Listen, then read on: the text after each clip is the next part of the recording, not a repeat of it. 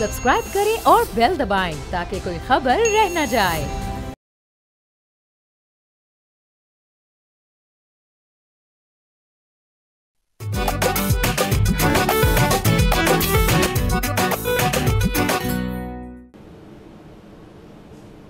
अस्सलाम वालेकुम, बोलो जनाब में बहुत बहुत खुश आमदीद। मैं हूँ असद निज़ामी, मेरे साथ हैं अली आफ्ताब। सर क्या हाल हैं? सर इंडिया ने लाहौर पे कब्जा किया है और हमारा सेट नया हो गया है। सर आपको बहुत बहुत मुबारक हो, बोल की टीम को बहुत बहुत मुबारक हो और ख़ास तौर पर बोलो जनाब को बहुत बहुत मुबारक हो कि हमारा नया सेट जो है जिसका हमने वादा किया हुआ था कि जो मेक शिफ्ट अरेंजमेंट था वो वाकई में मेक शिफ्ट अरेंजमेंट था और ये हमारा अब मुस्तकिल सेट है। ऑडियंस जो है आई एम श्योर इससे सर खुश होगी। सर आपके मेरे में थोड़ा सा डिस्टेंस आ गया, लेकिन मुझे लगता है इस डिस्टेंस से हमारे अंदर करीबी आएगी सर। ये बात बिल्कुल ठीक है, शुक्र है आपने कह दिया सेट की मुबारकबादी। मैंने कहा शायद ये ना कह रही हूँ कि मुबारक हो इंडिया ने कब्जा कर दिया। हमें कल रात को इंडियन मीडिया से पता लगा कि लाहौर पे कब्जा हो गया है। सर ना सिर्फ लाहौर बल्कि कराची पोर्ट जिसपे आपके और मेरे मुश्तरका दोस्त भी वहाँ पहुँचे, उन्होंने कहा नहीं ऐसा कुछ नहीं है। रावलपिंडी में जहाँ पे आपके मेरे मुश्तरका दोस्त पहुँचे कि ऐसा यहाँ पे भी कुछ नहीं है, और इनफैक्ट क्वेटा तक बात पहुँच गई थी। तो सर आज की मेन जो खबर है जो आज सुबह से भी डिस्कस हो रही है तमाम हमारे टीवी चैनल्स पे और इंडियन मीडिया चैनल्स पे और इंडियन जो ट्विटर स्पेसेस हैं उनके ऊपर, जिनके ऊपर बहुत सारे नामवर जो इंडियन सहाफ़ी हैं उन्होंने अपनी ट्वीट्स डिलीट की हैं कि जी हमसे बहुत बड़ी भूल होगी, हमसे गलती होगी, ये हम अब से अपने मीडिया के ऊपर रिलाई ही नहीं कर सकते। ये भी इन इटसेल्फ सर जो देखें वॉर तो वॉर होती है, बट मीडिया वॉर भी एक वॉर होती है जिसके अंदर पाकिस्तान ने बड़ी ज़िम्मेदाराना अप्रोच जो है डे वन से उसको एक्सरसाइज की है और इंडियन मीडिया ने डे वन से अपनी जो अप्रोच है वो बहुत ही ऑकवर्ड रखी है, बहुत ही अनकम्फर्टेबल रखी है। जिंगोइज़म था उसके अंदर और उनको बिल्कुल जैसे कहना चाहिए मुँह पे पड़ी सुबह उठते ही कि जब उन्होंने देखा कि जी तमाम उनकी जो खबरें थी जिसके अंदर हमारे अटैक ऑन जम्मू एयरपोर्ट, जिसके अंदर हमारे 2 JF-17 गिरना, जिसके अलावा ढेर सारी और खबरें कि कराची पोर्ट कैप्चर हो गया, लाहौर के अंदर को तमाम पाकिस्तान के ऊपर उन्होंने कहा था कि हमारा अब फोर्सेस एंटर कर गई हैं। ये तमाम तर चीज़ें जो थी हमें तो पता था, हम बैठे थे यहाँ पर कि झूठ हैं और उनके बहुत सारे लोग जो अभी भी अपना रास्ता जो है वो दुरुस्त करना चाहते हैं उन्होंने इस चीज़ को तस्लीम किया। लेकिन मैं आपको यकीनन ये कह सकता हूँ बात कि ये बात सिर्फ कुछ हलकों में उनके मीडिया सेक्टर के अंदर ये बात होगी, बाकी सब डबल डाउन भी करेंगे आपके जी नहीं नहीं हम ठीक कह रहे थे विदाउट एनी एविडेंस। हाँ जी, देखिए वो 7 तारीख को हमला हुआ इंडिया का। अब वो हम रीकैप इसलिए नहीं करेंगे क्योंकि तमाम लोग जानते हैं उसके बाद क्या हुआ। बोल की तब से लेकर अभी तक कंटिन्यूस वॉर रूम ट्रांसमिशन चल रही है, आप और मैं भी वक्तन फ़वक्तन उसका हिस्सा बनते रहे। अच्छा, हम अगर कल रात पे चले जाए ना तो जाहिर है इंडिया ने जब हमला किया उसमें बहुत ही ज़्यादती की। उन्होंने पाकिस्तान की स्पेस के अंदर उन्होंने जो है वो मिसाइल मारे, हमारे बेगुनाह निहत्ते शहरी उसमें शहीद हुए और वो जितनी उसकी मजम्मत की जाए जितना हमें उसका दुख है वो कम है। लेकिन कल रात जो इंडियन मीडिया ने की है मेरी थोड़ी सी इंडियन अवाम के लिए हमदर्दी पैदा होनी शुरू हो गई है। कोई इतना तू कैसे बना सकता है किसी को मैं तो हैरान हूँ कि ये क्या हुआ है, ये क्या किया है।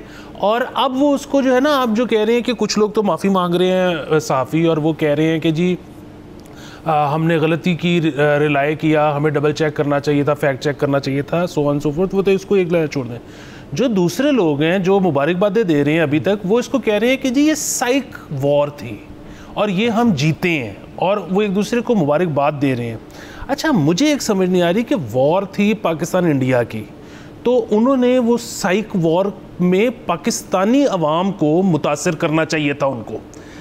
वो साइक वॉर अपनी अवाम के साथ खेल गए हैं। वो अगेन मुझे समझ नहीं आया, ये भी कोई नई वॉर स्ट्रेटजी है जो कोई हमें पहले पढ़ाए। सर ये नया टैक्टिक है ना उनका। एक तो देखें ना जो साइक वॉर, और इसको आप कहते हैं साइकोटिक बिहेवियर भी कह सकते हैं इसको आप, जो उन्होंने करने की कोशिश की है उसके अंदर एक तो ये बहुत ज़बरदस्त बात है कि जो अमृतसर वाली सारी जो इसके अंदर कहानी अनफोल्ड हुई थी उसके अंदर उन्होंने क्लेम था उनका जी कि अमृतसर में ये कर दिया वो कर दिया। उन्होंने इनफैक्ट अभी तक जो क्लेम्ड रिपोर्ट्स हैं वो ये कह रही हैं कि उन्होंने अपने ही शहरियों पे हमला किया। अब आप देखें कि एक ऐसा मुल्क जो अपनी गवर्नमेंट की बेसिस पे ये चीज़ कर सकता है, तो मीडिया के ऊपर खड़े होकर जो दिल में बात है वो आप करें, वो इतनी मुझे इल फाउंडेड नहीं लगती। सर मैं आपको इस तरह से बताता हूँ कि मेरा एक फैमिली की भी एक जर्नलिज्म के अंदर कंट्रीब्यूशन है, ठीक ठाक कंट्रीब्यूशन है, और मैं उसको भी कोशिश करता हूँ, और मैं नाकाम शायद कोशिश कर रहा हूँ कि उसको मैं आगे रखूँ, लेकिन आई एम श्योर कि मेरे वालिद, मेरे दादा, जिन्होंने इस मुल्क के लिए भी साफ़ी उसके अंदर कंट्रीब्यूशन की है, और वो इंटरनेशनल मीडिया के भी ना सिर्फ कंट्रीब्यूटर्स थे बल्कि स्टूडेंट्स भी थे कि जी हम देखें कि बाकी दुनिया का कार्य, वो मतलब मेरे ख्याल में it's a disgrace to any journalism के प्रोफेशन से जो मुंसलिक लोग हैं कि जिस किस्म का बिहेवियर कल था, क्योंकि ऐसी चीज़ हमने ज़िंदगी में आज तक होते हुए ही नहीं देखी जो उन्होंने कल की। सो मैं तो एक तो इसको यहाँ इसलिए हम आज अपना फर्स्ट जो सेगमेंट है वो कर ही इस चीज़ पर रहे हैं, क्योंकि बाकी चीज़ें तो मंजर यहाँ पे हैं कि ये अप्रोच जो है, आया इन लोगों का कोई अपना ज़मीर है या नहीं है, नंबर वन। दूसरा, इन्होंने अपने जर्नलिस्टिक एथिक्स जो हैं उनको किधर बांध के रखा हुआ है, एंड नंबर थ्री, या इनके ऊपर इतना स्टेट प्रेशर है, मतलब इतना स्टेट प्रेशर है कि जी आप ये लाइन लें और हम बता रही हूँ कि सर कुछ तो इनकी जो खबरें हैं वो कोट हो रही थी कि जी मिनिस्ट्री ऑफ डिफेंस ने हमें बताई, उनकी इंडियन मिनिस्ट्री ऑफ डिफेंस ने बताई। सो यानी कि यहाँ पे उनकी मिनिस्ट्री ऑफ डिफेंस इस हद तक कॉम्प्रोमाइज्ड है कि वो उनको खबरें फीड करती है कि जी ये जल्दी से बता दो हमारे अवाम को कि जी जहाज़ गिर गए और ये हो गया और वो हो गया। This is not only bad journalistic practice, but बतौर सिटीज़न ऑफ अ कंट्री आप पे एक जिम्मेदारी होती है सर। हम बतौर साफ़ी एक जिम्मेदारी लेके चलते हैं कि हमने जो चीज़ करनी है वो सच्चाई और हक़ाइक़ पे मबनी हो। यहाँ पे तो उन्होंने कहा जी हम टोटल इससे ऑपोजिट जाएंगे। बिल्कुल, ये जो है ना हम डिस्कस सिर्फ इसीलिए कर रहे हैं कि ये एक बहुत बड़ा लेसन है जी। कभी भी कुछ भी हालात हों, आप रियासत की लाइन को इतना ज़्यादा और इस तरह से टो नहीं कर सकते। कभी ना कभी you have to put your foot down कि जी नहीं, अब मुझे आप थोड़ा सा कुछ दिखाएं, बताएं। मतलब वो देखें कि इंडियन रियासत ने किया क्या है। उन्होंने अपने जो जितने चैनल्स थे जो इसका हिस्सा बने, उनकी क्रेडिबिलिटी एक रात में ज़ीरो कर दी है। अब वो चैनल्स कल को ठीक बातें भी करेंगे तो उनके ऊपर को करने के लिए ये तैयार नहीं है। सो अगर आप बिछ जाएंगे अपनी किसी भी हुकूमत के आगे तो आपके साथ ये भी हो सकता है। ठीक है, आप अभी इंजॉय कर रहे हैं, हुकूमतें कौन सी कोई हमेशा रहने वाली चीज़ होती हैं, 4-5 साल में इलेक्शन हो जाते हैं। दूसरी चीज़ ये है कि जिस तरह उन्होंने कल के दिन जब वो ड्रोन्स सारे अटैक हो रहे थे तो उस पे इंडिया ने ये बयान दिया कि जी क्योंकि एक रात पहले पाकिस्तान हुकूमत ने हमारे यहाँ पे ड्रोन भेजे हैं तो हम उसका ये बदला ले रहे हैं। अच्छा, वो पाकिस्तान की तरफ से तो ज़ाहिर है रिबटल आ ही गया कि हमने तो ड्रोन नहीं भेजे, लेकिन उसमें एक चीज़ इन्होंने अक्लमंदी की थोड़ी सी इंडिया ने कि उन्होंने कोई फुटेज नहीं दिखाई उसकी। अब जाहिर है इंटरनेशनल मीडिया इंक्लूडिंग पाकिस्तान वो ये कह रहा था कि जी कुछ अगर इतने ड्रोन्स आए हैं तो आपके पास कुछ तो फुटेज होगी, वो दिखाएं। उन्होंने लेकिन वो नहीं दिखाए, वो अक्लमंदी थी। उसकी वजह ये है कि कल रात को उन्होंने अपने चैनल्स पे एक्चुअली फुटेज भी चलाई है और उसमें से कुछ फुटेज वीडियो गेम्स की थी सर। कुछ जो इजराइल फलस्तीन का कॉन्फ्लिक्ट है उसकी थी, जो कि एक इन इटसेल्फ एक बड़ी गैर जिम्मेदाराना हरकत है। गैर जिम्मेदाराना के अलावा कॉपीराइट क्लेम का इशू है सर। देखिए इसके ऊपर तो देखिए आज मैं कई मजमून मैंने पढ़े बहुत चीज़ों के बारे में जो ये सारे मामला तो ना, एक बड़ा उसके अंदर इंटरेस्टिंग टिडबिट था कि जी इंडियन जो मीडिया है उनको who will take them to task on this, उनकी हुकूमत तो नहीं करेगी।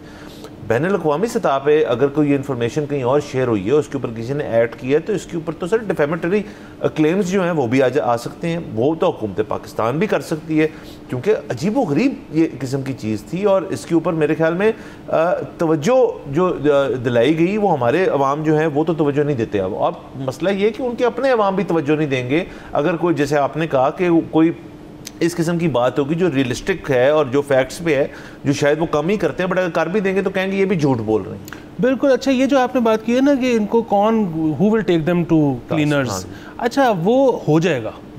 वजह ये है कि जो इस वक्त वहाँ पर ऑपोजिशन है वो तो लिहाज नहीं करेगी।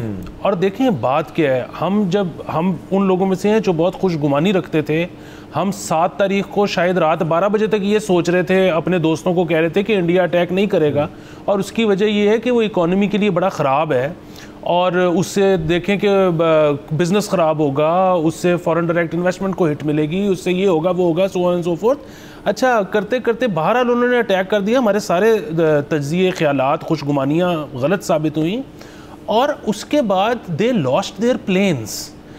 अब ये कितना बड़ा एक डेंट है इकोनॉमी के अंदर, अगर आपके 300 400 मिलियन डॉलर के जहाज चले जाए। अगेन वहाँ पे जो अपोजिशन होगी वो या तो फौरी तौर पे अगर वो चुप भी हैं कि जी इस वक्त हम हालत जंग में हैं, हमने साथ देना है हुकूमत का, ये आप थोड़ा सा फिजल आउट होने दें, ये सारे मामलात खुलेंगे। सो अगेन ये जब ये जंग एक इतनी सीरियस चीज़ है कि अगर किसी को भी मुल्क को ये लगता है कि इसमें हम कुछ भी कर गुजरेंगे और बात दबी रहेगी, ये नहीं हो पाता। इसीलिए जंग में कूदने से पहले बहुत ज़्यादा सोचना चाहिए और इसीलिए रिस्ट्रेंट का मुजाहरा करना चाहिए और हद दर्जे जंग को अवॉइड करना चाहिए। सर अवॉइड करना चाहिए अनटिल अ पॉइंट कम्स के वो एक पार्टी के लिए अनअवॉइडेबल हो। अब जैसे सर आज अभी जो था डीजी ASPR और आपके जो वाइस एयर चीफ है और नेवल चीफ, उनकी एक मुश्तरका प्रेस कॉन्फ्रेंस थी जिसमें तमाम इंटरनेशनल मीडिया जो था वहाँ पे मौजूद था। अच्छा, वो बहुत लंबी प्रेस कॉन्फ्रेंस थी, उसका खुलासा भी मैं करना शुरू करूँगा तो बड़ी सवाल है उसके अंदर, लेकिन उसके अंदर एक सेंटिमेंट था। एक वो ये था कि हमने बड़ी ओपनली बता दिया कि जी किधर डोमेस्टिक हमारी कि इंडिया इन्फिल्ट्रेट करता है यहाँ पे और टेररिज्म फैलाता है यहाँ पे। तो जो पहलगाम वाली बात थी उसको तो कैटेगोरिकल डिनायल जो है वो इतनी दफ़ा आ चुका है। आप कोई साफ़ी उसका सवाल भी पूछ रहा है तो उसका जवाब एक ही है जी कि हमें नहीं पता, हमने ये बात क्लियर कर दी। हमने ना सिर्फ ये कि हमने कह दिया इसकी न्यूट्रल कमीशन के ऊपर इसको बैठ के इसके मुराकात जो है उनको डिस्कस कर लेते हैं जो भी। आज हमने और बड़ी चीज़ें जो हैं उसके अंदर DG ASPR साहब ने डिस्क्लोज़ की हैं, जिसके अंदर ऑडियोज़ हैं, जिसके अंदर फैक्ट्स हैं, फिगर्स हैं कि जी डोमेस्टिक टेररिज्म से हमें कितना नुकसान हुआ है यहाँ पे, जिसके अंदर बहुत सारा इंडिया की तरफ से परपेट्रेटेड था। एक तो ये बात होगी उसके अंदर। बाकी उसके अंदर जो टैक्टिकल किस्म की चीज़ें उनके अटैक्स के बाद एम्प्लॉय की, ख़ासतौर पर ड्रोन्स जो यहाँ पे पूरे पाकिस्तान के अंदर जो ड्रोन्स का एक सो कॉल्ड जो कि हमला नहीं था क्योंकि सारे शॉट डाउन 77 ड्रोन्स जो हैं हमने उनके शूट डाउन किए। इन सब चीज़ों की हमने, मैं मीडिया वाले से ही लिंक कर रहा हूँ इसको, कि हमने बड़ी वाज़ेह तौर पर बड़ा ओपनली इसको उन लोगों ने डिस्कस किया है जिनको इसकी इंफॉर्मेशन है। सहाफ़ी जो थे वहाँ पे उन लोगों के सामने बैठ के उनसे सवाल कर रहे थे। ऐसा नहीं था कि कोई सहाफ़ी बैठ के अपने स्टूडियो में AC लगा के बैठ के ये बता रहा था कि जी हमने इंडिया फ़तह कर लिया। यहाँ से तो ऐसी कोई बात आज तक नहीं हुई, वहाँ से ये बात हुई। सो ये जो है ना एक दो किस्म के सर हमने चीज़ें सिखाने की कोशिश की है हिंदुस्तान को। नंबर 1 कि जी आपके जो एस्केलेशन के चीज़ें हैं they will be shot down by our air defence system and our military in every aspect, number 1। और नंबर 2 कि थरो जर्नलिज्म जो है और इंफॉर्मेशन शेयरिंग जो है वो इस तरीके से होती है कि हम कुछ हाइड भी नहीं कर रहे, इंटरनेशनल मीडिया के सामने भी रख रहे हैं, आप खुद डिसेमिनेट करें और अपने अपने फोरम पे उसको लगाएं। जी बिल्कुल सर, वो जिस तरह से आपने किया ना कि जब तक किसी एक पर नागुज़ीर ना हो जाए जंग, या जिस तरह से आपने बताया कि अभी DG ASPR की जो कॉन्फ्रेंस थी उसके अंदर क्या बातें हुई, अगर आप पाकिस्तान का पूरा किरदार बीच में से निकाल भी दो, इंडिया के अपने वो जो कहते हैं ना कॉलो फेल का जो तजाद है वो डेली बेसिस पे आ रहा है। 7 मई वाला वाक़या हुआ, उस बाद उनकी स्टेटमेंट आई रात को कि जी हमने जो करना था कर लिया। अच्छा, अब इसमें पाकिस्तान का आप रिस्पांस निकाल दें कि पाकिस्तान ने अपने आप को डिफेंड किया, पाकिस्तान ने ये कहा कि हम बदला लेंगे, ये करेंगे, उसको आप निकाल दें। उन्होंने कहा जी कि हमने जो करना था कर लिया, अब जो है वो हम कुछ और नहीं करेंगे। हाँ, अगर पाकिस्तान ने कुछ किया तो हम उसका रिस्पांस करेंगे। अच्छा, पाकिस्तान ने तो अभी यही कहा था ना कि जी हम बिल्कुल रिस्पॉन्ड करेंगे, पाकिस्तान ने किया तो कुछ भी नहीं। अगले दिन उन्होंने ड्रोन भेज दिए। अच्छा, ड्रोन भेजे, उसके बाद रात को बाकायदा स्टेटमेंट आई। ये को मैं सहाफ़ियों की बात नहीं कर रहा, जो उनकी सरकारी स्टेटमेंट, वो फिर ये थी कि जी हमने जो करना था वो कर दिया और अब हम पाकिस्तान अगर कुछ नहीं करेगा तो ठीक है, वरना करेगा तो हम रिस्पॉन्ड करेंगे, और पाकिस्तान अगर डी-एस्केलेट करना चाहता है तो हम टेबल पे बैठने के लिए भी तैयार हैं। ये कल का वो था, आज फिर ड्रोन आ गया। सो ये तो मतलब पाकिस्तान को तो आप बीच में से बिल्कुल निकाल भी अगर दें तो वो उनके अपने कॉलो फेल में इतना तजाद है कि मतलब उसकी कोई जवाब ही नहीं है। सर बिल्कुल। अगेन उनकी जो ये सारी बातें हैं उनके ऊपर मतलब मैं तो कहता हूँ मजीद डिस्कशन जो है वो हमारा मीडिया तो उस तरह से कर ही नहीं रहा। हमारा मीडिया जो है वो तो इस किस्म की बात कर रहा है कि जी हमने जो जो चीज़ें की हैं वो ये कैटेगरी और इस सब के लिए हैं to consume and to write about and to discuss about, जैसे होती है सर इंफॉर्मेशन शेयरिंग तमाम दुनिया के अंदर। अच्छा सर, इसके अंदर एक और चीज़ ऐड कर लें कि एक और बहुत बड़ी कोशिश जो इंडिया की नाकाम हुई वो ये थी कि IMF की हद तक आप हमें किसी तरह से मुतासर करेंगे। आप ये कोशिश करेंगे कि जी हमारा जो अगली ट्रांच है 1.1 बिलियन की, उसको टोटल 7 बिलियन के प्लान के अंदर उसको आप डिसमेंटल करेंगे। इसके ऊपर उन्होंने कोई वहाँ पे एग्जीक्यूटिव्स को भी ऑन बोर्ड लिया, बहुत सारी चीज़ों की कोशिश की गई, लेकिन हैप्पी टू रिपोर्ट कि हमारा IMF का प्लान जो है, अगली ट्रांच जो है वो अप्रूव हो गई है। और ये बात जो है इसको मैं कंटिन्यू करना चाहता हूँ। यहाँ पर जाना है हमने एक ब्रेक के ऊपर, यहाँ ब्रेक लेते हैं और ये IMF वाली बात कंटिन्यू करते हैं। Let's take a break.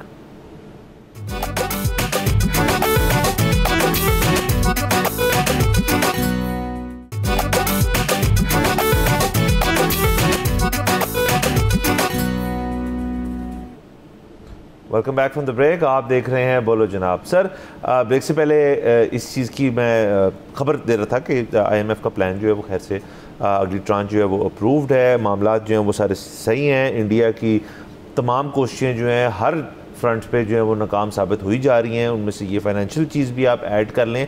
और यही वो बात है जो मैं सर आज बोर्ड की एक ट्रांसमिशन पे मुझसे ये सवाल हुआ था वॉर रूम के ऊपर, तो मैंने ये कहा था कि ये आपके एक मुआहदा होता है IMF का, तो ये प्रेसिडेंट बड़ा बुरा सेट हो जाएगा कि अगर आप कि जी आपका कॉन्फ्लिक्ट जोन अब क्रिएट हो गई। हालांकि वो कॉन्फ्लिक्ट हमसे हमारी तरफ से तो था ही नहीं इनिशिएटेड, और उसके बाद आप कह दीजिए आपकी, मैंने ये ज़रूर कहा कि उस मेज़ पे बहस के जो मौजू हैं उनमें एक इजाफा हो जाएगा इस बहस का कि जी ये जो फंड है ये आपको देंगे तो ये आपकी जो वॉर बजट है उसमें जाएगा, कहाँ जाएगा। तो उसके ज़ाहिर है सर सवाल क्या, उसके सवाल उन्होंने IMF ने सोचे होंगे, तो यहाँ पे जवाबात जो हैं वो तैयार होंगे in line with the finance ministry, in line with हुकूमती सारा कुछ, इन लाइन विद द अफवाज पाकिस्तान। सो मुझे इसके ऊपर कभी भी डाउट ऐसे नहीं था और अब सामने आपकी बात आ गई। जी बिल्कुल सर, बहुत मुबारक हो। एक तो वैसे ही हम जब भी IMF की ट्रांच आती है हम जो है बहुत उसको सेलिब्रेट करते हैं। उसकी वजह ये है कि ये एक बहुत बड़ा इंडिकेटर है कि आपकी जो सिमत है वो दुरुस्त है। जी। दूसरी चीज़ कि ये इस जंगी जो इस वक्त माहौल बना हुआ है उसके अंदर ये अप्रूव हुई है, तो वो बात बिल्कुल ठीक है आपकी वाली कि जी वो एक मुआहदा होता है, वो ऐसी चीज़ों की वजह से अपना मुआहदा नहीं तोड़ सकते। लेकिन ये एक और चीज़ जो इसमें पॉजिटिव सामने आती है वो ये है कि जाहिर है अगर जंग ने तवील होना है खुदा ना खास्ता, तो इसका मतलब है कि पाकिस्तान में या इंडिया में दोनों मुल्कों में कारोबार तो नहीं हो रहा होगा, इकॉनमी का पहिया तो नहीं चल रहा होगा। अच्छा, अगर इकॉनमी का पहिया ही नहीं चल रहा होगा तो आप IMF को पैसे वापस कैसे करोगे, आप अपने दीगर मामला कैसे चलाओगे। सो इसका एक और मतलब ये भी है कि पूरी दुनिया ये सोच रही है कि ये जंग तवील नहीं हो रही, ये इंशाल्लाह हमारी दुआ है कि बहुत जल्द पीस हो जाएगा और जो ज़िंदगी है वो पहले की तरह दोबारा नॉर्मलाइज हो जाएगी और चलना शुरू हो जाएगी। बिल्कुल सर, बिल्कुल हमारी प्ली ये भी है और आई थिंक सब ये चाहते हैं कि एस्केलेशन जिस तरफ से आ रही है उसको कम करें। और जाहिर है जो एक फैक्टर इसके अंदर से डेफिनेटली आता है जो आज DG एसपर साहब ने भी दोहराया कि आप हर 2-4 साल बाद उठ के ये नहीं कह सकते कि जी हमारे को डोमेस्टिक इश्यूज़ हैं, लेकिन किया आपने, गलती आपकी और हम सबूत भी नहीं देंगे और हम फिर आपके सिविलियन पॉपुलेशन पे अटैक भी करेंगे। तो उस चीज़ को रोकने के लिए दो ही ऑप्शंस हैं। एक तो ये है कि आप बीच में मीडिएटर ब्रोकर टाइप कोई सिचुएशन मेरे ख्याल में बहुत अनलाइकली, और दूसरी वही है जो अभी तक पाकिस्तान का मौक़िफ़ है कि at the choosing of our time and place इसका जवाब भी दिया जाएगा, ताकि आगे जाते हुए आप 10 दफ़ा सोचें ये करने से पहले। जी सर, देखें इस मुल्क की रियासत, इस मुल्क की हुकूमत जो फ़ैसला करती है वो हमारे बेहतर के लिए करेंगे। वैसे अगर आवाम के पॉइंट ऑफ व्यू से सोचा जाए तो मेरे ख्याल में यही बहुत है कि एक रात के अंदर जो है हमारी मिलिट्री ने उनको 1.25 बिलियन डॉलर्स का नुकसान पहुंचाया, और उसके बाद आपने मुझे नंबर बताया कि 77 शायद ड्रोन्स थे। सो एक ड्रोन जो है वो 7 से 8 लाख डॉलर का है। सो बेसिकली जितना बड़ा नुकसान हो चुका है मेरे ख्याल में तो इसी पे जो इसको हमें विक्ट्री समझना चाहिए। लेकिन बहरहाल इसके अलावा भी अगर कोई इकदाम रखने का हुकूमत, सरकार, रियासत फैसला करते हैं तो जाहिर है अवाम उनके साथ है। बिल्कुल सर। अच्छा सर, अब जाहिर है और भी चीज़ें जो हैं वो हैं न्यूज़ साइकिल के अंदर, उनको भी डिस्कस कर लेते हैं। तो सर मैं चाहूँगा कि हम सबसे पहले सर टैक्सेशन जो है उसके ऊपर बात कर लें। आपको पता है एक हमारा बड़ा महबूब किस्म का सर टॉपिक है जिसके ऊपर हम हमेशा चाहते हैं कि कोई ना कोई नई खबर हो तो हम उसको अपने शो पर डिस्कस करें। तो सर ये जो हमारे पेंशनर्स हैं और जो लोग अब रिटायर कर चुके हैं, जो घरों पे हैं और पेंशन एंजॉय करते हैं, जो उनका हक है, ज़ाहिर उन्हें सर्विस की पेंशन मिलनी चाहिए, तो उनके ऊपर सर एक कानून करने को जा रहे हैं सर ये कि 4 लाख से ज़ायद माहाना पेंशन लेने वालों पर टैक्स लगाने का फ़ैसला कर दिया सर। तो सर आप और मैं, मेरे ख्याल में, मैं आपसे पूछे बगैर कह रहा हूँ कि हम भरपूर मज़म्मत करते हैं इस किस्म की चीज़ के ऊपर कि सर हमारे पेंशनर्स जो कि 4 लाख से ज़्यादा जो है वो रखते हैं पेंशन, वो तो सर बड़े ही मुख्तसर एक तबका है, मतलब लोग हैं, जिसके ग्रुप है जिसके अंदर आपके जज हज़रात आ सकते हैं, आपके बहुत सीनियर रिटायर्ड ब्यूरोक्रेट्स आ सकते हैं, उसके अंदर पाकिस्तान के भी कुछ लोग आ सकते हैं, बहुत सीनियर आ सकते हैं। तो बड़ा एक ये एक क्लोज नेट किस्म का, क्लोज नेट कह रहा हूँ, ये बड़ा एक नीश किस्म का ग्रुप है जिधर ये सब कुछ हो सकता है। और उनकी सर्विस जो है वो सबकी वो बड़ी आला दर्जे की होगी, तो उनको 4 लाख पेंशन पर मंथ मिलती है। अब उसके ऊपर टैक्स लगाएंगे आप, तो ये तो सर नाकाबिले बर्दाश्त है। जी सर बिल्कुल। और वो जिस तरह होता है ना, मुझे एकदम से ख्याल आया कि बाकी तो जिस तरह से आपने और इदारे या महकमों का जब जिक्र किया तो उसमें तो बहुत ही टॉप पे जो हैं सिर्फ उनको इतने पैसे पेंशन में मिलते होंगे, लेकिन अगर अदालत उज़्मा की बात की जाए तो वहाँ पे जाहिर है अगेन वो क्लब तो वो छोटा ही है क्योंकि अदालत उज़्मा के बहुत ज़्यादा जजेस होते ही नहीं। वैसे ये भी सर जो है ना एक पटिशन मेरे ख्याल में जमा करवानी चाहिए कि हमारी जो सुप्रीम कोर्ट है उसकी उतनी दहशत नहीं है जितनी होनी चाहिए। अच्छा। और उसकी वजह ये है कि उसका नाम जो है ना अदालत उज़्मा जो है ना वो कहने या लिखने पे पाबंदी होनी चाहिए, उसका कुछ और आला तरीन जो है ना अदालत या कुछ और इस तरह से वो करना चाहिए। क्योंकि उज़्मा के साथ जो एक फिगर आपके ज़हन में आता है ना कि वो बहुत ही चुलबुली सी एक खातून, उज़्मा तो मैं आज तक किसी उज़्मा को ऐसी को भी नहीं जानता जो कि ज़रा वज़नी हो, बड़ी लाइट सी होती है उज़्मा। तो इस वजह से जो है ना उनका मुझे लगता है कि दहशत में कमी आ रही है, जरा ऊपर करना पड़ेगा। बिल्कुल। तो बाकी ये है कि बिल्कुल जिस तरह से आपने कहा कि पेंशनर्स जो हैं वो उन्होंने बड़ी खिदमत ज़ाहिर है दी हैं मुल्क और कौम को, और फिर वही बात है कि मुल्क ने फैसला किया ना कि अब आपकी खिदमत मज़ीद नहीं चाहिए, वो तो खिदमत देना अभी मज़ीद भी चाह रहे हैं। जी। तो उनके साथ ये ज़्यादती नहीं होनी चाहिए सर, नहीं होनी चाहिए। देखिए सर, जंगी सूरत हाल में ये एक ऑप्शन होती है फ़ौज के पास कि वो आपके जो रिटायर्ड होते हैं लोग उनको वापस ला सकते, कॉल हो सकती है, ये एक उनका है। एक ब्यूरोक्रेसी और जुडिशरी और दीगर और शोबों में ये चीज़ नहीं है, लेकिन ये नहीं होने के बावजूद भी वो तैयार हैं कि वो कह सकते हैं जी कि हम तो अभी भी रेडी हैं। क्योंकि सर आपको पता है कि पोस्ट रिटायरमेंट अगर आपको इतनी आदत हो कि आपने काम पे जाना है और काम करना है जितना वो करते हैं, तो उसके बाद जो और जो उसके अंदर जो गुफ्तगू होती है, मतलब जो जो जो जो आप बातें बताते हैं अपने से जूनियर्स को, मतलब एज में, मतलब आपसे एज में, मेरे ख्याल में किसी सीनियर ब्यूरोक्रेट से एज में कुछ तकरीबन कोई 8 में छोटा हो तो वो उसको छोटा ही मानता है कि यार मैं बता रहा हूँ ना, मैं देखा हुआ ज़्यादा। तो उसके साथ साथ सर आप देखें पेंशनर्स जो हैं उनको रहना पड़ा है घर पे।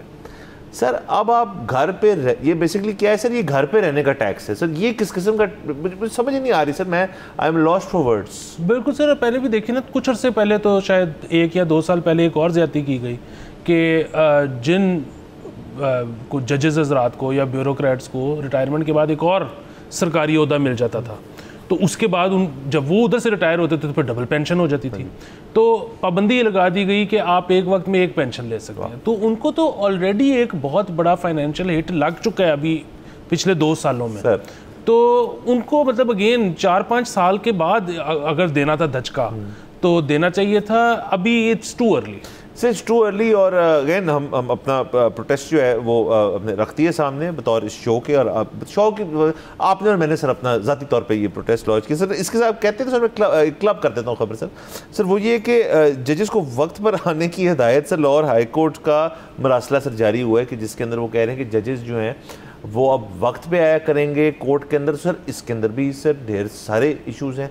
प्राइमरीली सर इशू इसके अंदर ये है कि देखिए, एक जज जो होते हैं उन्होंने इंसाफ फराहम करना है, उन्होंने इंसाफ जो है उसकी तरीक़ को आगे लेके जाना है। और अगर आप इंसाफ को कह रहे हैं कि यार एक स्केड्यूल्ड चीज़ है कि जी बस इस टाइम आपने आना है और इस टाइम इंसाफ हो रहा हो या ना हो रहा हो आपने देना है, तो ये तो सर अगेन उसी टैक्सेशन वाली चीज़ के साथ ये भी समझ से बाहर है चीज़। जी बिल्कुल सर। दूसरी चीज़ ये कि एक जज जो होता है ना, वो ये नहीं होता कि वो जाके अदालत में बैठेगा तो वो जज है और जब वो उधर से कुर्सी से उठ जाएगा तो वो जज नहीं है। जज जहाँ बैठ जाए वो जज है, वो वहाँ पे फैसला कर सकता है।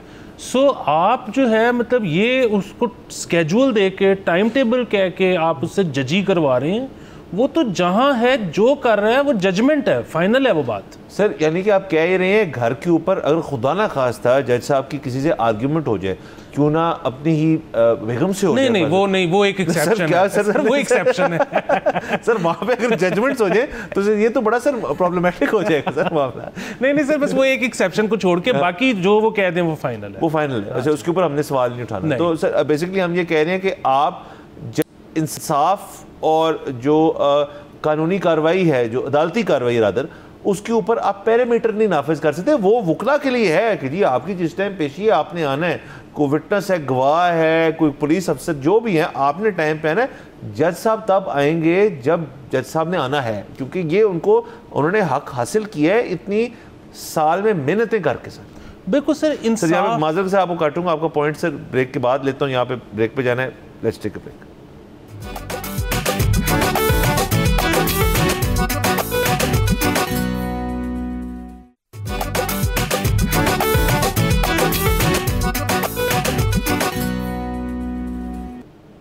Welcome back from the break. आप देख रहे हैं बोलो जनाब। सर ब्रेक से पहले मैंने सॉरी आपको काट दिया। ये जजिंग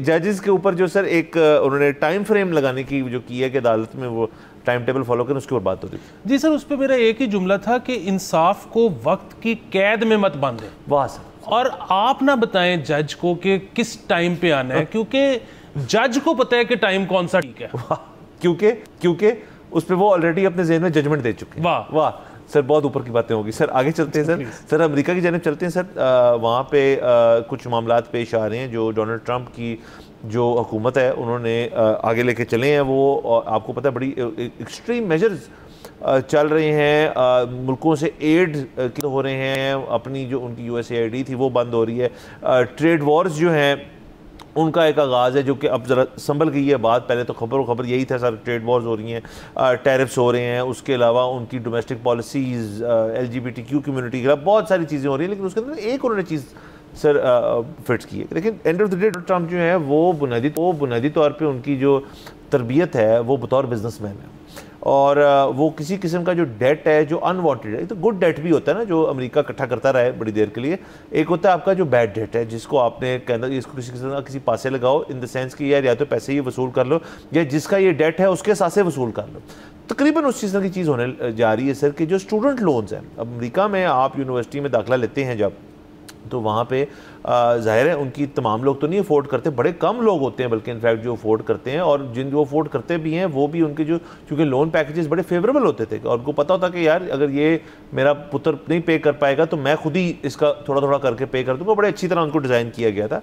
अलबत्ता सर वो करते करते करते करते इतने स्टूडेंट्स उन्होंने अपनी यूनिवर्सिटियों से ग्रेजुएट करवाए जो तमाम शायद स्टूडेंट लोन्स पे थे। अब वो चीज़ जो है it has come back home to bite. और अच्छा उसके अंदर अब वो क्या इकदाम ले रहे हैं वो ये है कि जी अगर किसी शख्स का स्टूडेंट लोन बहुत ओवरड्यू हो गया है और वो ये काबिलियत रखते हैं उसको थोड़ा थोड़ा रीपे करने की या ज़्यादा सारा रीपे करने की, तो अब हम उनकी वेजेस भी डिडक्ट कर सकते हैं, उनकी टैक्सेशन के अंदर से भी डिडक्ट। तो ये सर एक बड़ी ख़तरनाक किस्म की चीज़ है क्योंकि अमेरिका का तमाम जो सेक्टर, उनका ऑटोमोटिव सेक्टर हो गया, उनका टैक्स सेक्टर हो गया, उसके अंदर उनका जो एजुकेशन सेक्टर है, हायर एजुकेशन सेक्टर, वो भी दुनिया के अंदर बड़ा माना जाना है। तो उसके ऊपर आपने इतनी बड़ी चीज़ जो है वो कर दी है, ये उनके काफ़ी चीज़ों को मुतासिर कर दी। जी बिल्कुल। एक तो ये कि पाकिस्तान में ज़ाहिर है हम लोगों को तो यहाँ के प्राइवेट कॉलेजेस की, यूनिवर्सिटीज़ की फ़ीस भी बहुत ज़्यादा लगती है, लेकिन अगर आप अमेरिकन यूनिवर्सिटी से मुकाबला करेंगे तो ये तो कुछ है ही नहीं। अमेरिकन यूनिवर्सिटियाँ बहुत महंगी यूनिवर्सिटी हैं। अच्छा, अब वहाँ जब इतनी कोई महंगी चीज़ होती है तो वहाँ पर लोग, आपने जिस तरह से कहा कि बहुत ही कम क्या शाज़ो नादर कोई होता है जो अफोर्ड कर सकता है, जो पे कर सकता है, वहाँ पर ज़्यादातर लोग स्टूडेंट लोन पे होते हैं या स्कॉलरशिप, ऑफ कोर्स वो एक रास्ता है। अच्छा, मैं जो चीज़ देख रहा हूँ कि हमारा तासुर एक ये था, मैंने जब भी पूछा पिछले कई सालों में, तो स्टूडेंट लोन जो है वो एक ऐसी चीज़ थी कि ले लें, जब दिल करेगा वापस कर दीजिएगा। अच्छा, आप as low as $100 per month की अपनी किस्त करवा लें जब आपकी नौकरी लग जाए। वो जाहिर है इसका मतलब ये है कि आप जब फौत भी होगे तो शायद आपका थोड़ा सा पेंडिंग ही होगा, आपके ऊपर होगा जो आपने नहीं पे किया होगा। सो जिस तरह से आपने बताया कि ये एक किस्म की प्राइवेट बैंक से मशरूत सरकार की यूनिवर्सिटीज़ को भी एक जो है ना सपोर्ट थी कि आपको हम स्टूडेंट दे देंगे, और संभाल लेंगे, और फिर हम संभाल लेंगे।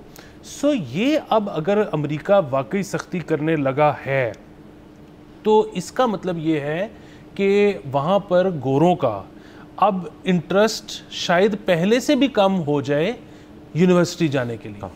और फिर आप ये देखें शायद कि बहुत से जो हमारे खित्ते के बच्चे हैं वो उनका जो इनरोलमेंट है वो ज़्यादा हो जाए, क्योंकि उनकी सीट ज़्यादा हो जाए। पाकिस्तान में क्योंकि आपको पता है जो एलीट है, जो अफोर्ड करती है, वो तो भेजते हैं। अच्छा, जो स्कॉलरशिप पे ले सकता है वो भी चले जाते हैं, वो जाते हैं। और यहाँ पर जो एलीट है वो तो इतना पैसा रखते हैं कि वो अप फ्रंट भी पे कर देते हैं। सो यहाँ पर तो मसला ये हो रहा था कि वहाँ पर इतनी सीट्स नहीं होती थी कि हमारे बच्चे एडजस्ट हो सकें। अब वो सीट्स निकल आएंगी। सो एक चीज़ शायद आप मज़ीद ये देखें कि हमारे बच्चे वहाँ पर पढ़ रहे हैं। दूसरी चीज़, फिर उनकी रिलायंस डिग्री होल्डर्स पर जब होगी तो आप शायद ये देखें कि अमेरिका में भी जो गोरे हैं वो कम शायद उन जॉब्स पे हों और हमारे बच्चे ज़्यादा उन जॉब्स पे हों। सो इसकी आप जनरेशनली इसकी वजह से शायद बहुत डायनामिक शिफ्ट हो। कई सर मुहरकात हैं और उसके ऊपर से सबसे जो है ये कि एक इसके अंदर शायद अमेरिकी अवाम को इससे बहुत बड़ा मसला हो, जिनके स्टूडेंट लोन देने हैं, जिन्होंने यूनिवर्सिटी में इस वक्त जाना है, उनके लिए शायद ये चीज़ इतनी डिफ़िकल्ट ना हो। उसकी वजह ये कि सर जो जेन जी है वो बहुत दिल चाहता है उनका यूनिवर्सिटी जाने का और यूनिवर्सिटी में शरीक होने का, लेकिन सर बहुत सारा तबका एक वहाँ पे मौजूद है जो कि कह रहे हैं कि यार दुनिया के अंदर अब यूनिवर्सिटी एजुकेशन जो है वो उसकी वजह से जेन जी और ये तमाम जो उनको लगता है उनके जो राइट विंग, जो ट्रंप की पार्टी के लोग हैं, वो कहते हैं कि उस यूनिवर्सिटी के अंदर ही वो कल्चर नाफिज है जो मज़ीद फ़रोग़ देता है इस किस्म की आइडियोलॉजी को कि मैं आज लड़का हूँ तो मैं आजकल लड़की हूँ। ये वो यूनिवर्सिटी के अंदर बहुत लोग एडवर्स हैं टू यूनिवर्सिटीज़, बहुत बड़े प्रोटेस्ट हो रहे हैं यूनिवर्सिटियों के आगे, वो तो चले किसी और चीज़ पे हो रहे हैं। बट माय पॉइंट इज़ कि शायद हम देखें कि बहुत सारा एक फैक्शन अमेरिकी सोसाइटी का यूनिवर्सिटी जाना भी ना चाहता हूँ। तो ये वो जो अब उनको एक और मज़ीद बहाना कह रहा हूँ, एक वजह मिल गई है कि जी अब तो देखिए स्टूडेंट लोन पॉलिसीज़ भी बड़ी स्ट्रिक्ट हो गई हैं, तो अब तो मेरा अबू जी बिल्कुल नहीं बनता यूनिवर्सिटी जाना। तो हायर एजुकेशन अगेन सर उसका मॉडल ही चेंज होने वाला है आने वाले सालों के अंदर। तो अमेरिका डोनाल्ड ट्रंप जो ये चीज़ कर रहा है ये इतनी मेरे ख्याल में अनरिसर्च नहीं है, थोड़ा कुछ उसके बाद भी फैक्ट्स एंड फिगर्स होंगे, यकीनन होंगे। जिस तरह से उन्होंने गोल्ड कार्ड बांटे हैं 5 मिलियन या $50 मिलियन पे, नेशनैलिटियाँ दे रहे हैं, ये भी एक तरीका होगा कि जी बाहर से हम जो है अमीर बच्चे लेके आते हैं यहाँ पर पढ़ने के लिए। सो वो भी एक चीज़ हो सकती है। लेकिन बुनियादी बात वही है कि एक तरफ ट्रंप साहब ने और दीगर यूरोपियन कंट्रीज़ ने भी हालात के मद्देनज़र बड़ा इस तरह के बुलंद दावे किए कि हम अपनी इमिग्रेशन पॉलिसी सख्त करने लगे हैं, हम वीज़ा पॉलिसी सख्त करने लगे हैं। लेकिन उसके बावजूद फिर आपने इसी साल में देखा कि उन्होंने कितने लोग एडजस्ट किए। मतलब अगर हम इस खित्ते में से गिनना शुरू करें, बड़ा हाई नंबर है, सिर्फ पाकिस्तानी 1.25 लाख से ऊपर पहले 3 महीने में वहाँ पर गए हैं और नौकरियाँ की हैं, उनका इमिग्रेशन स्टेटस एक चालू हो गया। उसकी वजह एक वो है कि वहाँ पर जो उनका ग्रोथ रेट है वो नीचे जा रहा है पॉपुलेशन का। दूसरी तरफ अब इस तरह की चीज़ें होनी शुरू हो गई हैं, तो ये बहुत जल्दी हम एक शिफ्ट देखेंगे कि हमारे लोग वहाँ की पॉलिटिक्स में डिसाइसिव रोल प्ले करेंगे क्योंकि वो नंबर में इतने ज़्यादा हो जाएंगे। सर नंबर में इतने ज़्यादा हैं, देखें सर यहाँ पे हमारा जो कलेक्टिवली सब कॉन्टिनेंट को ले लें और इलाकों में मिला लें तो it counts as more than half of the world, मतलब बहुत ज़्यादा लोग हो जाते हैं खित्ते की, मैं ब्रॉडर खित्ते की बात कर रहा हूँ। सो और वो लोग इतने ज़्यादा हैं और शायद उनके अपने अपने दीगर ममालिक जो हैं उनको एडजस्ट ना कर पाएँ। लेकिन आप देखें, आप यूरोप की बात अगर देखेंगे एक्सक्यूज़ मी, यूरोप के अंदर, फ्रांस के अंदर, आयरलैंड के अंदर, यूके के अंदर इस किस्म की आपको आए दिन चीज़ें सुनने को मिलती हैं और देखने को मिलती हैं जिनमें लोग कह रहे हैं कि this is no longer my country, क्योंकि उनकी इन्विजन कुछ और थी। क्योंकि वहाँ पे यहाँ से मुराद मेरा ये नहीं कि पाकिस्तान से खित्ते की बात करो, बहुत सारे लोग जब एक शख्स कहीं जाता है वो अपना कल्चर भी लेके जाता है, उस कल्चर से वो एडजस्ट नहीं हो पा रहे। लेकिन उनकी हुकूमत की मजबूरी है कि यार आप लोग जो हैं आप तो प्रोक्रिएट नहीं कर रहे, आप लोग और इजाफा नहीं कर रहे पॉपुलेशन में, तो जिन लोगों ने किया हुआ है हम उन्हीं को लाएंगे ना, क्यों, ताकि आपका लाइफस्टाइल जो है मेंटेन रहे। सर ये एक बड़ा ग्लोबली बड़ा एक डायनामिक जो है ना, ये बड़ा इंटरेस्टिंग है। इसके ऊपर हम एक दिन बाकायदा तौर पे गुफ्तगू करेंगे, क्योंकि ये जो एक शिफ्ट आ रहा है ना कि मतलब जो लोग यहाँ से जा भी नहीं, जो कैपिटल फ्लाइट जिसको कहते हैं, वो अगर ऐसे किसी मुल्क में जा रहे हैं तो वहाँ पे मैं तो ये चीज़ भी देख रहा हूँ कि आने वाले दिनों में बड़ी एनिमोसिटी, बड़ी हेट्रेड और बड़ा रेसिज्म जो है वो जन्म लेगा। बिल्कुल, ये आप देख लेना कि चाइना, इंडिया, पाकिस्तान ही टॉप 5 जो मोस्ट पॉपुलेटेड कंट्रीज हैं उनमें से 3 तो ये हैं, ठीक है, तो ये तो बिल्कुल एक लाइन में आ गए। अच्छा, थोड़ा सा अगर आप खींच के इंडोनेशिया को भी अपना ही रीजन समझ लें तो टॉप 5 में से 4 हो गए, 4 हो गए, रह ही अमेरिका गया फिर पीछे। तो ये सर अगेन ये वो सारी चीज़ें हैं जिनको मद्देनजर रखना चाहिए व्हेन डिस्कसिंग इस किस्म की पॉलिसीज। डोनाल्ड ट्रंप के बारे में ना बड़ी बातें की जाती हैं कि वो ऐसे हैं तो वैसे हैं। वो जब कुछ डिसीजन लेते हैं, वो डिसीजन सबसे बात करने के बाद डिसीजन वो खुद लेते होंगे शायद, लेकिन उसके पीछे जो रिसर्च है ना, जैसे अभी जब इसी खबर के ऊपर बहुत लोग कहते हैं कि देखें कितनी स्टूपिड हरकत है, कितना ये है वो है, ये अगर आप इसकी तय तक जाए ना तो शायद इतनी कोई स्टूपिड चीज़ नहीं है। बिल्कुल। और फिर तीसरी एक और चीज़ ये है कि अब जब इंडिया को मैं ये कहना चाहता हूँ कि जंगी हालात पैदा कर रहे हैं, आगे की नस्लों के लिए एक हेट पैदा कर रहे हैं, ये यहीं के बच्चे हैं जिन्होंने ना सिर्फ यहाँ पे कोएग्जिस्ट करना है बल्कि कल को बाहर जाके भी कोएग्जिस्ट करना है। तो खुदा का वास्ता है ये मत करें। बिल्कुल सर। बहरहाल ये सब तमाम आज की खबरें रही, हमने कहा ज़रा जो बाकी मामला था उसके साथ हम कुछ और खबरें भी क्लब कर लें, और आई होप सबको हमारा नई लुक वगैरह पसंद आई होगी। आज के लिए इजाज़त लेते हैं, कल यहीं से आपसे फिर मुलाकात होगी। इजाज़त दीजिए, खुदाफिज।